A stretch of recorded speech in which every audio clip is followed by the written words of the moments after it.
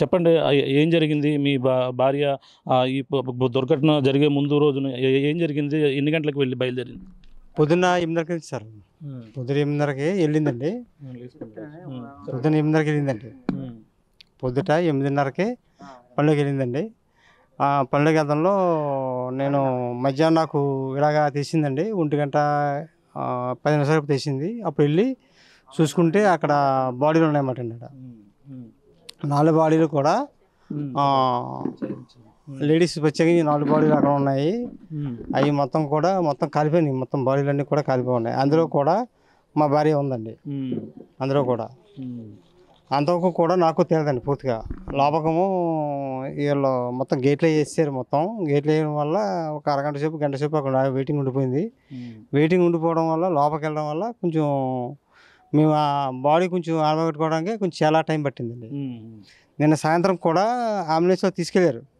నిన్న సాయంత్రం 3-4 గంటలకప్పుడు అంబులెన్స్లో రామచంద్రం తీసుకెళ్ళారండి. తీసుకెళ్ళిన తర్వాత కూడా మాకు అంబులెన్స్ కూడా తీసుకెళ్ళినప్పుడు కూడా మాకు ఏం దొరకలే.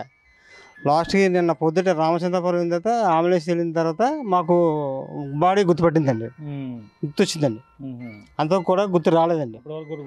రాలేదండి. బాడీ బాగా కాలిపోయిందండి. బాగా కాలిపోయిందండి. అసలు వైనింగ్ కూడా లేకుండా అంత ఉందన్నమాట అండి.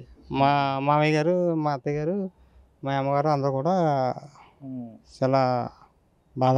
ఎన్నాళ్ళ నుంచి శ్యామల గారు ఆ యొక్క ఏదైతే ఈ బాణసంచ తయారీ కేంద్రంకి పనిలోకి వెళ్తున్నారు? 3 నెలల నుంచి వెళ్తున్నారు సార్. 3 నెలల నుంచి 3 నెలల నుంచి వెళ్తున్నారండి. పొద్దున్న 8:30కి వెళ్తున్నారండి. సాయంత్రం 6:00కి వస్తున్నారు అనమాట అండి.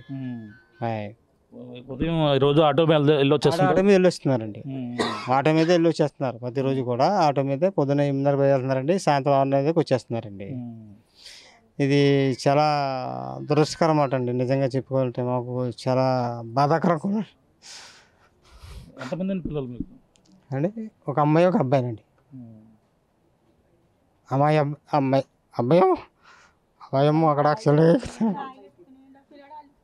కానీ చాలా మాట్లాడడం కూడా రావట్లేదండి. వాళ్ళ మాట కూడా రావట్లేదండి.